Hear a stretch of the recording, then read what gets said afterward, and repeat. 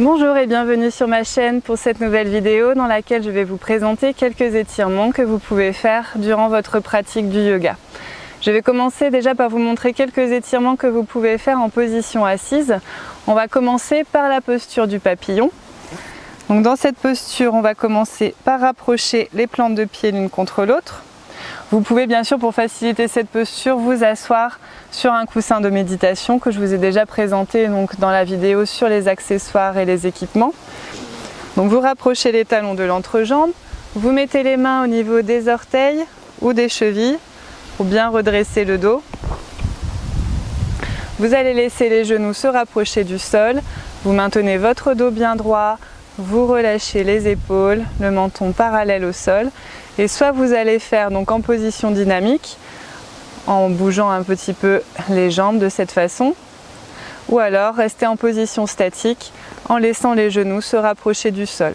Attention à ne pas crisper vos pieds et toujours à bien respirer. Ce que vous pouvez faire également durant la posture du papillon, ce sont les exercices pour le cou, pour assouplir donc la colonne vertébrale au niveau des cervicales. Donc sur l'expiration, vous amenez le menton vers la poitrine et sur l'inspiration, vous regardez vers le haut. Attention à ne pas vouloir aller trop loin, ne pas forcer. Gardez vos épaules relâchées et parfaitement statiques. Et bien sûr, votre dos parfaitement droit.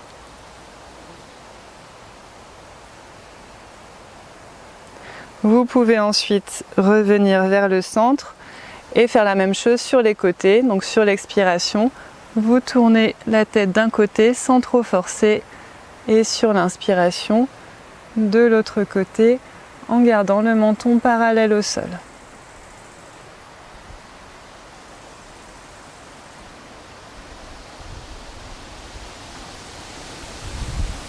Et vous pouvez ensuite terminer avec les cercles. Vous amenez le menton vers la poitrine, vous tournez dans un sens et dans l'autre sens.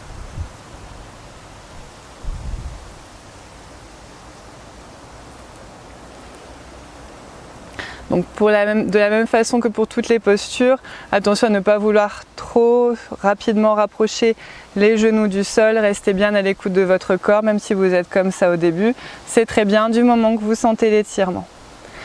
Ce que vous pouvez faire également en position assise, donc c'est les étirements pour les bras. Donc vous allez trouver une position assise confortable, donc par exemple celle en demi-lotus. Donc le pied au niveau de la cheville ou juste devant l'autre pied. Vous allez donc pour étirer les bras, venir, donc si vous êtes à l'aise en gardant le dos droit, attraper les mains derrière le dos et essayer de mettre les coudes juste l'un au-dessus de l'autre. Donc un coude au-dessus de la tête et l'autre coude vers le bas du dos. Donc vous respirez. Si jamais vous n'êtes pas à l'aise dans cette position, si ça tire trop et que vous n'arrivez pas à maintenir votre dos droit dans cette posture, vous allez simplement attraper le coude et essayer de le mettre plus ou moins derrière la tête, en fonction de votre niveau de souplesse. Et vous respirez. Bien sûr, même chose avec l'autre bras. Ou alors en attrapant le coude.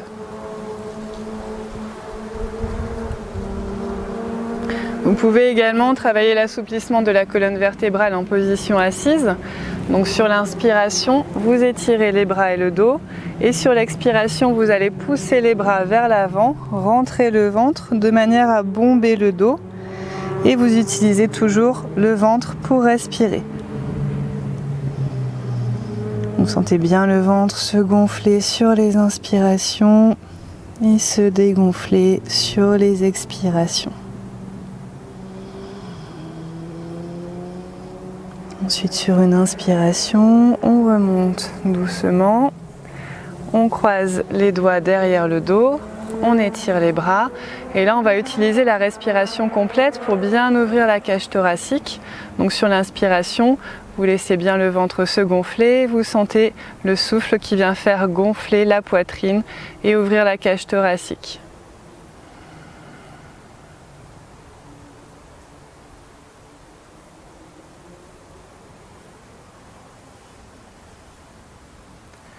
Restez toujours le temps que vous êtes à l'aise, puis vous relâchez. Vous pouvez également vous étirer sur le côté. Sur une inspiration, on étire les bras et le dos. Sur une expiration, on se penche sur le côté en gardant le bras au-dessus de l'oreille, le buste dans l'axe. On sent le côté du corps qui s'étire sans trop forcer. Sur une inspiration, on remonte vers le haut et sur l'expiration, même chose de l'autre côté.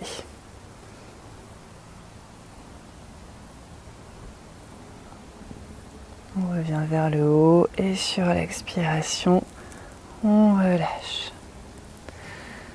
Je vais ensuite vous montrer la posture de la pince assise.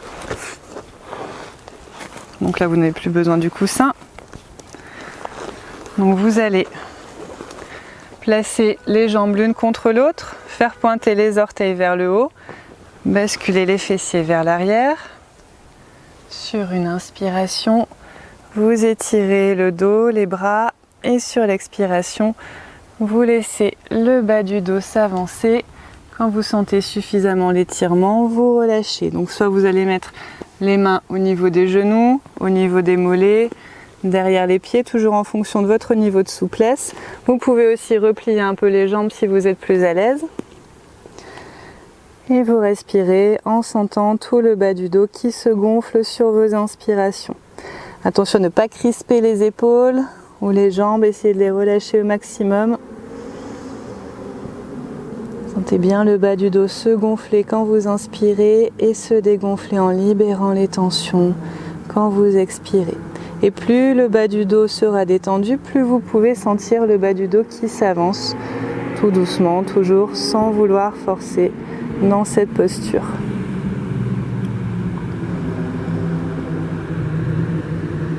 Et quand vous sentez avoir suffisamment étiré le corps, sur une inspiration, vous remontez doucement et vous étirez.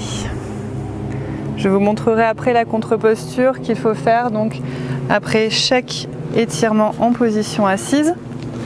Donc là, je continue avec la posture de la pince assise avec les jambes écartées. Donc vous trouvez l'écartement des jambes qui vous convient. Vous faites pointer les orteils vers le haut, les fessiers toujours vers l'arrière. Sur une inspiration, on étire. Et sur l'expiration, on peut se pencher un peu sur le côté pour étirer le côté du corps. Le buste dans l'axe, le bras au-dessus de l'oreille. Donc au début, on peut être simplement comme ça, bien entendu, toujours en fonction de ses possibilités. Quand on est suffisamment étiré, on étire à nouveau vers le haut et on se penche de l'autre côté. Le bras au-dessus de l'oreille et on respire. Ensuite, on revient s'étirer vers le haut et on va s'avancer. On va avancer le bas du dos et quand on sent suffisamment l'étirement, on relâche. Et on va toujours sentir le bas du dos qui se gonfle sur les inspirations. Laissez bien le bas du dos se gonfler au maximum. Vous relâchez les épaules, les bras. Et vous ne forcez pas. Ensuite, sur une inspiration, on remonte et on étire. Je vais vous montrer également une posture que vous pouvez faire si vous n'êtes pas suffisamment souple au départ. Donc, qui est un peu plus facile, c'est la posture de la tortue. Donc là, on va replier les jambes, placer les bras sous les genoux et on va laisser donc le bas du dos s'avancer. Et on respire toujours en laissant le bas du dos se gonfler. N'oubliez toujours pas de rester à l'écoute de votre corps. Ensuite, ce que vous pouvez faire également, donc en position assise, c'est l'étirement qu'on appelle le bébé Krishna. Alors vous allez tout de suite comprendre pourquoi on l'appelle ainsi. Donc ce que vous faites au départ, c'est que vous prenez votre pied, vous le rapprochez plus ou moins de votre buste, en gardant le dos bien droit, les épaules relâchées, en mettant le pied dans le prolongement de l'intérieur de la jambe. Et si vous êtes suffisamment à l'aise, suffisamment souple, vous pouvez prendre la posture complète, donc en mettant le pied à l'intérieur du coude, le genou à l'intérieur de l'autre coude, et vous allez venir bercer votre jambe comme si c'était un bébé. Toujours le dos bien droit, comme si vous vous sentiez étiré vers le haut par le sommet du crâne. Les épaules sans aucune tension. Essayez de détendre au maximum la jambe qui est allongée au sol. Et bien sûr, même chose avec l'autre jambe. Donc soit on attrape le pied et on vient le placer plus ou moins proche de soi. On reste dans la position ou alors on vient dans la posture complète. Et on berce. Une fois que vous avez suffisamment travaillé dans ces postures d'étirement, donc après chaque posture d'étirement, il faudra étirer donc le dos dans l'autre sens avec les contre-postures. Je vous montre la plus facile, la posture donc qu'on appelle la table. Dans cette posture, on va replier les jambes, on écarte les pieds de la largeur du bassin, on place ensuite les mains derrière le dos avec les doigts qui pointent vers l'intérieur du corps. Et sur une inspiration, on va lever les fessiers le plus haut possible et on regarde vers l'arrière.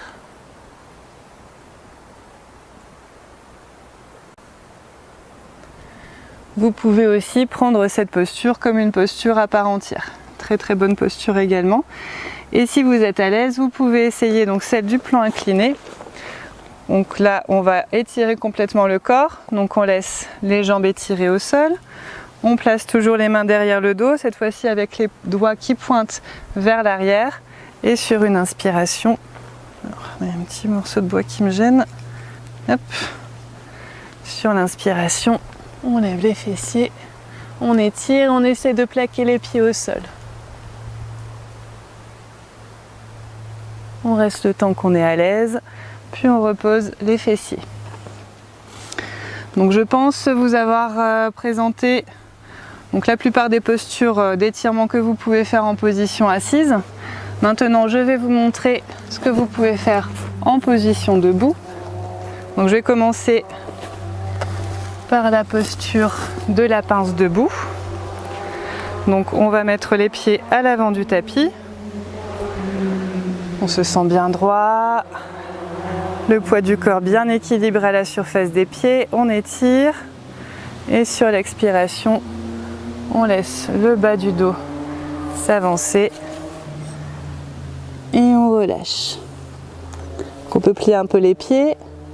On peut soit laisser les bras relâchés à côté de soi, soit mettre les mains derrière les chevilles pour approcher un peu le buste, ou alors étirer les bras derrière le dos. On sent toujours le bas du dos se gonfler sur les inspirations. Ensuite, sur une inspiration, on remonte doucement, on étire. On regarde vers l'arrière et on relâche. Ce que vous pouvez faire également, donc c'est la pince debout avec les jambes écartées. Donc vous faites pointer le pied droit vers l'avant, le pied gauche sur le côté. Sur une inspiration, on étire. On se tourne du côté gauche, les branches qui me gênent un peu. Et sur l'expiration, on relâche. On peut plier un peu la jambe si on est plus à l'aise, mettre les mains à côté du pied. On respire. Ensuite, on revient vers le centre. On fait pointer le pied gauche vers l'avant, le pied droit sur le côté. On se tourne du côté droit. Et sur l'expiration, on laisse le bas du dos s'avancer et on relâche. On peut replier la jambe ou la laisser tendue si on est à l'aise. Ensuite, hop, toujours en pente, sur l'inspiration. Et puis il y a des trucs qui piquent. Sur l'inspiration, on étire, on va mettre les pieds à 45 degrés sur les côtés. Et sur l'expiration, on va laisser le bas du dos s'avancer. Et on relâche. Donc soit les mains au sol, soit au niveau des pieds, ou alors on peut aussi étirer les bras derrière le dos.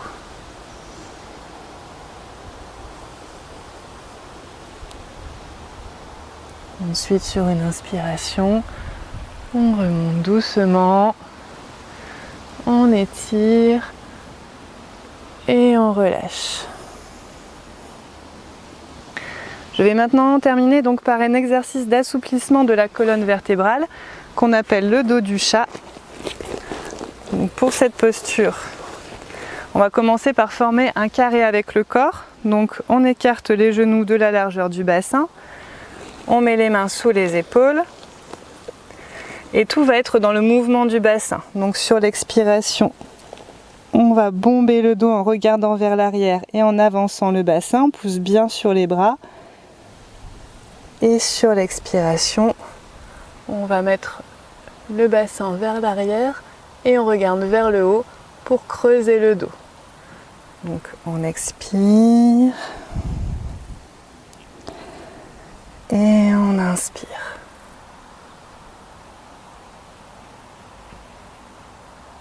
Donc les cuisses ne bougent pas, les bras non plus, ils restent bien tendus. Tout est vraiment dans le mouvement du bassin. Ensuite, vous pouvez faire, donc après avoir suffisamment travaillé de cette façon, le chat en équilibre. Donc vous levez une jambe en gardant le bassin parallèle au sol, en faisant pointer les orteils vers le haut. Donc attention à ne pas tourner le bassin, amenez-le toujours bien parallèle au sol et vous étirez le bras opposé vers l'avant. Vous essayez de bien répartir le poids du corps, de rester bien stable dans la posture et vous respirez.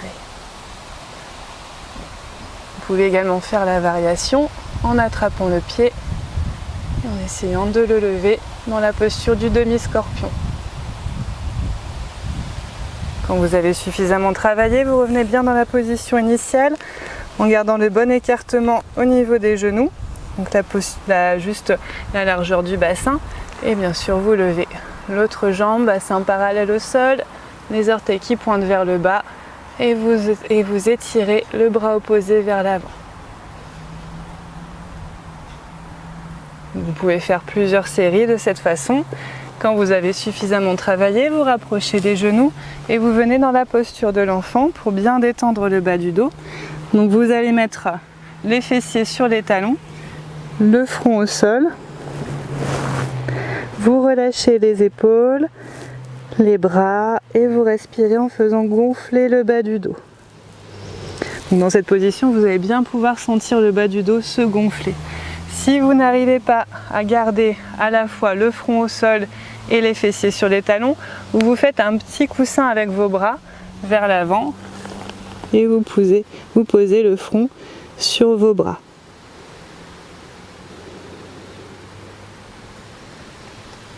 Quand vous sentez que le dos est bien détendu, vous vous redressez doucement. Voilà, j'espère que cette vidéo vous a plu, que je vous ai bien expliqué donc ces différents étirements que vous pouvez faire durant une séance de yoga. Si jamais vous avez des questions, comme d'habitude, n'hésitez pas à les laisser dans les commentaires. Et si cette vidéo vous a plu, vous pouvez vous abonner à la chaîne, partager sur les réseaux sociaux, liker, commenter. D'ici là, portez-vous bien, prenez toujours bien soin de vous et à bientôt pour une nouvelle vidéo. Ciao!